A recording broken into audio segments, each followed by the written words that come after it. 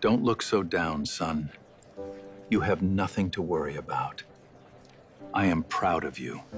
Wealth is a quiet thing. Most people think being rich is about loud engines, flashing lights, and gold chains. That's new money noise.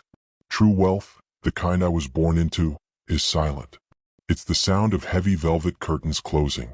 It's the soft click of a library door.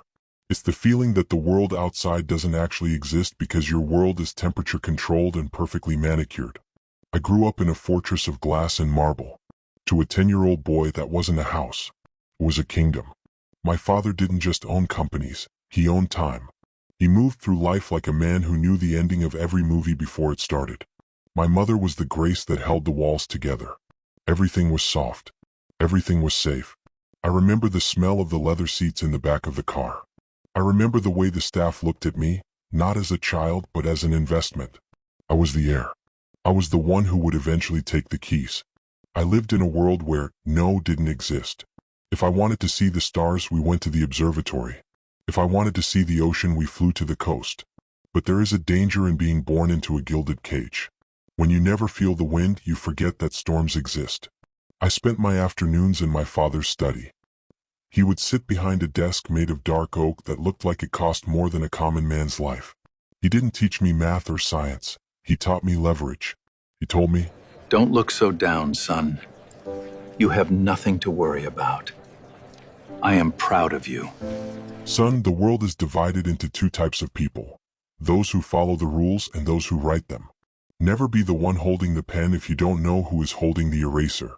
At the time, I thought he was just talking. I didn't realize he was trying to arm me for a war I didn't know was coming. The Gilded Cage is a beautiful place to live, but it's a terrible place to learn. I was surrounded by people who smiled at me, bowed to me, and brought me whatever I desired. I thought they loved me. I was wrong. They loved the shadow my father cast. They loved the gravity of our bank account. My relatives, the ones who would later tear the clothes off my back, were the loudest laughers at our dinner table. Uncle Marcus, with his expensive cigars and his proud of you pats on the back. Aunt Sarah, who always smelled like expensive perfume and fake sympathy. They were always there, circling the table like sharks waiting for a drop of blood in the water. But when the sun is shining, you don't see the sharks. You just see the blue water. I lived in that perfection for 18 years. I thought the walls of the mansion were thick enough to keep out the rest of the world. I thought my father's name was a shield that would never break. I was a prince who believed his kingdom was eternal. I didn't know that the higher you are, the thinner the air gets.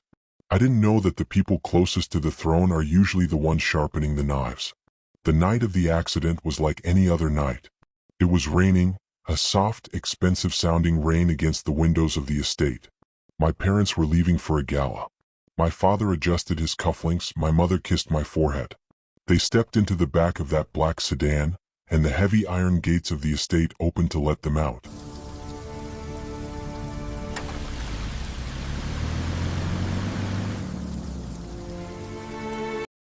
I watched the red taillights disappear into the fog. That was the last time I saw the prince in the mirror, because when those gates closed behind them, the gilded cage didn't protect me anymore. It became my prison. And the people who had been smiling at me from across the dinner table for 2 decades were already reaching for the locks. In one night, the silence of wealth turned into the silence of the grave. And I realized that I didn't know how to survive in a world where the floor wasn't made of marble. The fire was coming. And I was standing right in the center of the brushwood. There is a specific kind of silence that happens right before your life falls apart. It's not the quiet of a library or the peace of a sleeping house. It's a heavy, pressurized silence.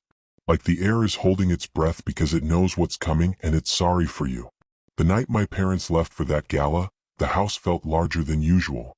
I stood at the top of the grand staircase, watching the shadows dance on the marble floor. I was 18, but in that house I was still the child they protected. I had no idea that in exactly 42 minutes, the boy I was would be dead, even though my heart would keep beating. I went to the kitchen to get a glass of water. I remember the sound of the refrigerator humming. I remember the way the ice clinked against the glass. Such small, normal sounds. You never think these will be the last normal memories you ever have. The phone rang at 11:14 p.m.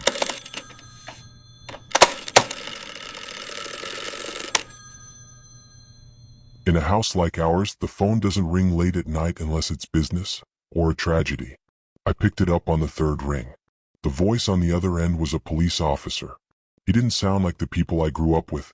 He didn't have that polished, "yes, sir" tone. He sounded tired. He sounded like a man who had delivered this news 1,000 times and was just trying to get through the shift. He asked if I was the son. I said yes. Then he said the words that turned my blood into ice. There was an accident on the bridge. A hydroplane.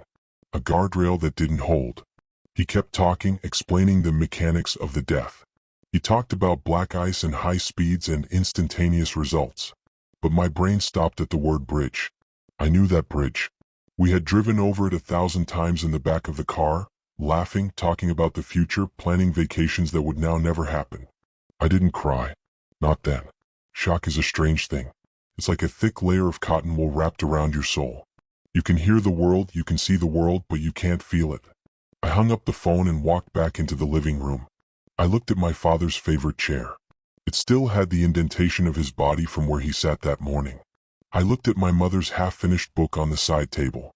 To the world they were gone. But to the house they were just in the other room. The next few hours were a blur of blue and red lights. Not the elegant lights of a gala, but the harsh, strobe-like lights of police cruisers pulling into our driveway.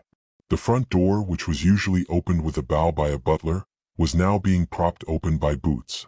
People I didn't know were walking on our expensive rugs with mud on their shoes. They were talking in low voices, looking at me with that "poor kid" expression. The kind of look you give a stray dog you know is going to be put down. That was the first time I felt the shift in power. When your parents are the giants of an industry, people treat you like a god. But the second the giants fall, the world realizes you're just a kid in an oversized suit. I sat on the edge of a silk sofa while a detective asked me questions I didn't have the answers to. Did they have a lawyer? Who is the next of kin? Do you have someone to call? I realized then that I didn't know how to do anything. I didn't know where the important papers were. I didn't know how to pay a bill. I didn't even know how to open the safe in my father's office. I was a prince who had never been taught how to rule, only how to spend. And then the sharks started to arrive. It didn't take long. My Uncle Marcus was the first. He didn't come in crying. He didn't come in to hug me. He walked into the house with his lawyer already on his cell phone. He was looking at the paintings on the wall, not with sadness but like he was checking the price tags at an auction. He walked over to me, put a hand on my shoulder and said, "Don't worry, son. We'll take care of everything." At 18, I thought he meant he was going to take care of me. I didn't realize that in the language of the wicked, taking care of everything means taking everything for yourself. The shatter wasn't just the car hitting the water. It was the sound of my life breaking into a million pieces. The gilded cage didn't just open, it dissolved. I was standing in the middle of a storm, and for the first time in my life I was getting wet. I looked out the window at the dark driveway. The rain was still falling. It was the same rain that had killed them. It looked beautiful and indifferent. It didn't care that the prince was now an orphan. It didn't care that the empire was crumbling. I stood there, alone in a house filled with strangers and greedy relatives, and I felt the first spark of something new. It wasn't sadness. It wasn't even anger yet. It was a cold, sharp realization. I was no longer the heir. I was the prey. And if I didn't learn how to bite back, I was going to be eaten alive before the sun came up. We can't wait any longer. Look at the time. We should head back to the car now.